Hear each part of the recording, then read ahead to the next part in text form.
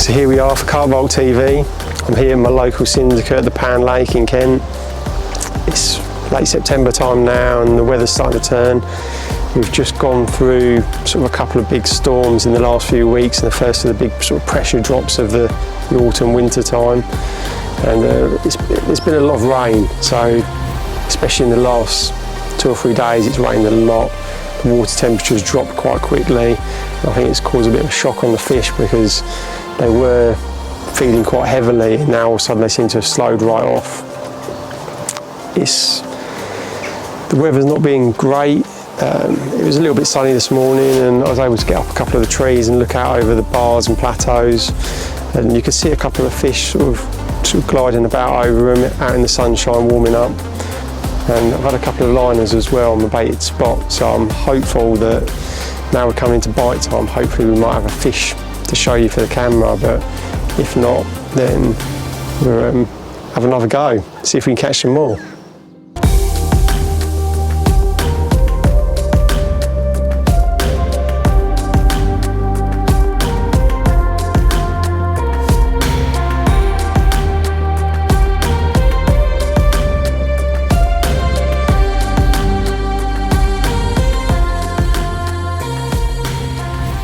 So just up the tree, having a good look about. The sun's been shining this morning and it's been a cold night, so hoping the fish will be down here on the back of the wind, sunbathing on top of the bars and in the shallow little areas. Got some traps set waiting for them. It's just a case of whether they show up or not in this area. So the lake bed's made up of a lot of different bars and plateaus, with silty sort of gullies in between them and lots of big weed beds.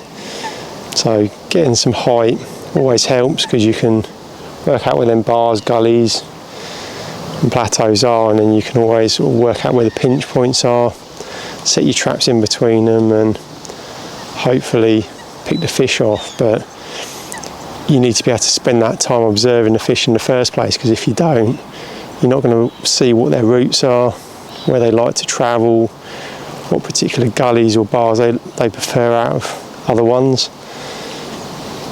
Oh, there's a bleep. This time of year as well, the coots in here, they seem to follow the fish around quite a lot. And if you sort of observe the coots, quite often you'll see them coming up quite startled, or they start backing away, kicking at the water. And that's quite often a good sign that there's some fish in your area or sort of feeding on your spot. It's always worth keeping an eye out for. And we're going into winter time now, so the bites are coming fewer and further between, so you want to know if you're on the fish or not.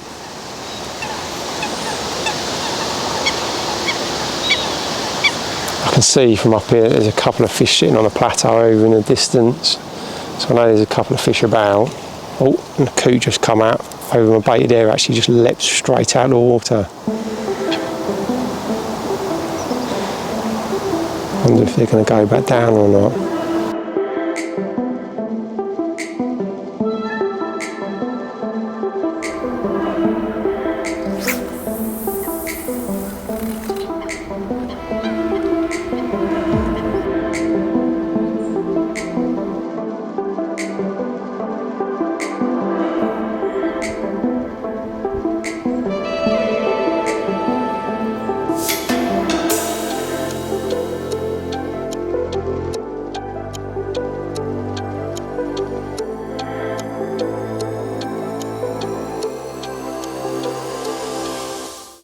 Looking back to recent times, we had that last of the summer weather where it was nice and sunny and warm.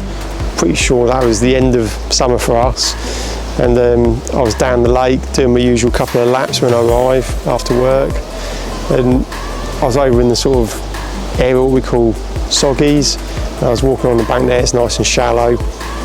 And there were some coots behaving a little bit erratically, so I went up one of the trees, had a little look about, and I could see a small group of fish, and they looked like good sized fish, and there's a really dark fish in amongst them. And I watched them probably for about half an hour, and there was a couple of fish in there which I knew I'd already caught, so I didn't really want to target them that evening. And I've been baiting a particular area of the lake and I was after swirly, so I decided to drop in that swim that night, but nothing happened that night. And the next night when I come back after work again, I went back to the Soggies area, and sure enough there was this group of coots again following this group of fish about. So I went back up the tree, and this time Swirly was actually with that group of fish. So I decided that I was going to fish there that night, drop in and try and set some traps. So I watched them for about an hour or so, and the fish were taking particular routes. And when I was sure they had left for the evening, I got in there, I used a little sea lead, raked a few little spots where I'd seen fish cruising over the bars, or against the bars I should say, and I put a few little sprinkles of boilies in there, the Atlantic heat, and I then put on one of my little cork balls that I run myself and put them on a little Ronnie rig, because there was quite a bit of silkweed about and I didn't want it to be sitting on the bottom because I wasn't 100% sure it'd be clean. And so I popped the rigs in there, and early next morning sun come up as expected, and I was expecting the fish to show up, and sure enough they did. And rod or something rattled off, lifted into it, had quite a good fight from the fish. I wasn't sure if I was maybe attached to Swirly briefly, but it wasn't to be. But once I netted the fish, I realised I actually had one of the sort of rarer fish which I hadn't even seen a picture of before. It's this lovely dark black mid-30 common, and I was all on my own on the lake that morning, so set up the camera, done some self-takes, and got a little bit of footage as well, which was great. Put that fish back, and after that the fish moved off and there was no more sign of Swirly. So that was one of them opportunist captures, and it's quite a common thing to do around the pan for me really. I quite like to find little groups of fish, identify little routes, drop little traps in, and then try and catch them on a quick overnighter.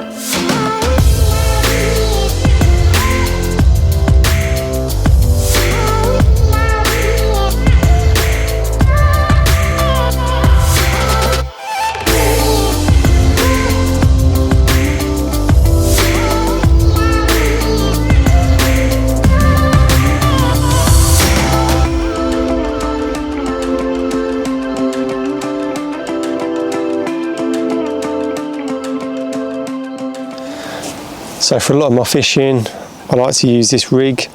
It's made up of 30-pound dark matter called a braid. It's not mega supple. It's got slightly sort of a little bit of wiriness to it. So it still kicks out a little bit if the bait's balanced, but it's also supple enough that it will settle over any sort of bottom debris, and also it allows the hook to move a little bit more freely. So this rig, I had to have a kicker on it as well, always making sure that the kicker ends around in line with the point to make it extra sort of turning properties, and the hook as well. It's a curved shank which has been hand sharpened. So with this rig I use one of my special bottom baits on it. So it's in effect it's a Baitworks balanced bottom bait, and then what I do is I create a coating around that. So that's a small sort of 14-15mm boil inside there, but it's probably actually more like sort of 22-24mm like that. So that would break down over the space of a couple of hours and just leave the boilie behind. So the thinking behind these hook baits, it was something I developed a long time ago, and I refined it when I was over on Coninbrook. So the idea behind this hook bait wasn't necessarily to attract a carp, but it was more to attract the naturals in the lake. So the coating's designed for that purpose. So the idea is it attracts the naturals, all the snails and shrimp and flies and that in the lake bed. They come out and they clamber onto the bait in effect and start trying to eat it. What that leaves you with is a mega super attractive hook bait, which is in effect natural to the carp when they come across it. So that's the thinking behind my hook baits.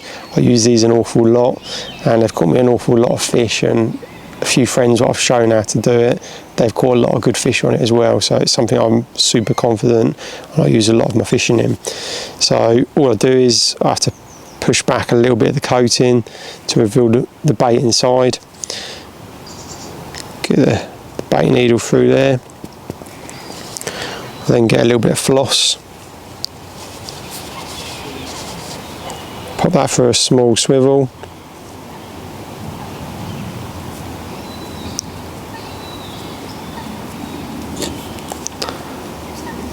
And slide that down the floss onto the swivel.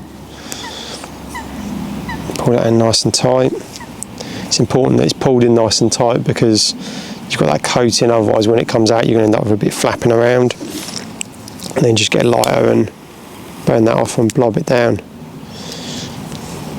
So that ends up being your hook bait. Just mount that onto the hook, how you would normally on a German, and just take a small hook bead.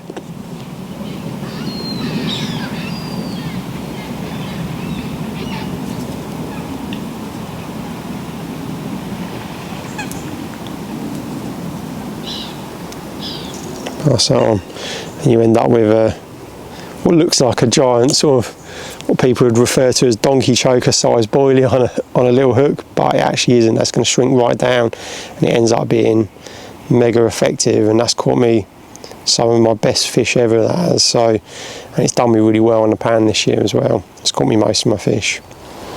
So back in the summer I had a cracking mirror, one of the old stock measles.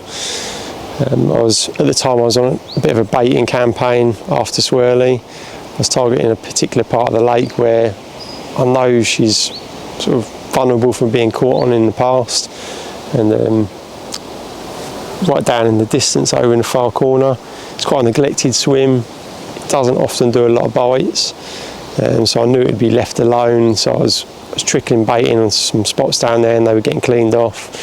So I was actually due to have a social with some friends, so I dropped in that swim thinking I might have the opportunity to maybe pick up swirly or one of the others.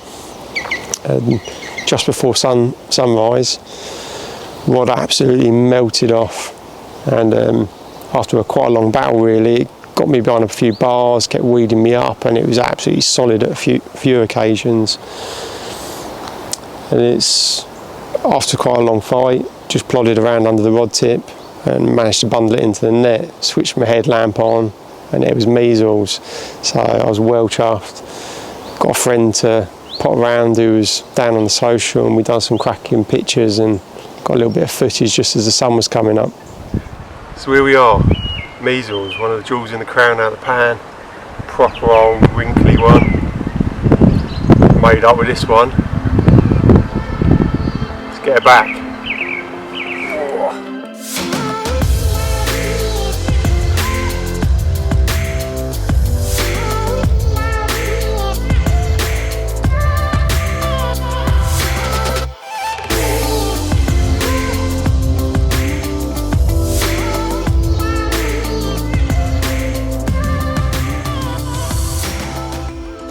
So a couple of weeks back, I was doing one of my usual little trips around the lake after work, having a wander around like I always do, checking, seeing what it was about, see if there's any opportunities for a quick bite on the overnighters. And then I saw a little bit of fizzing out around by a plateau over here, and I decided that I'd drop in here after seeing a few fish sort of ghosting about over the plateau. Came in here. I don't often fish in here a lot, although it's a very good area of the lake. But I decided to just introduce a little bit of bait with a throwing stick. So I fired out a little bit of Atlantic Heat, which is my favourite bait. And yeah, got my rigs out next morning, probably sort of 10, 11 o'clock it got to, and I thought game was up really. I wasn't going to get any bites. I needed to get going. So I was just about to start sort of reeling in. I'd packed down my bivvy and everything, and the rod ripped off, proper one-toned. Lifted into it, proper angry fish, ripped out into the middle of the lake, just sort of proper smashing up on the surface. And I did for a little while wonder what I was attached to. Swirly had been out a couple of weeks previous, so it's susceptible for getting caught quite sort of close together after a previous catcher, so I did wonder if it was that for a minute.